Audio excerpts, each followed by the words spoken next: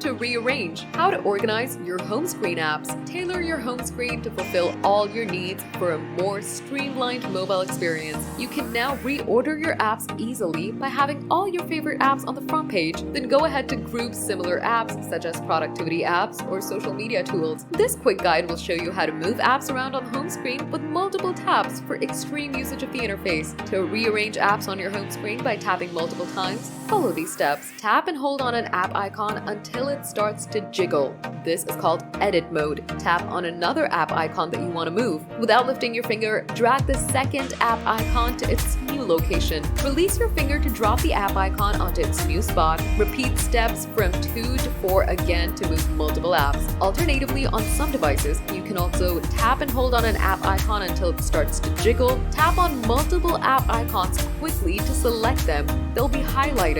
Drag one of the selected app icons to its new location and release your finger to move all selected apps to the new spot. The exact steps may vary slightly depending on your device and operating system.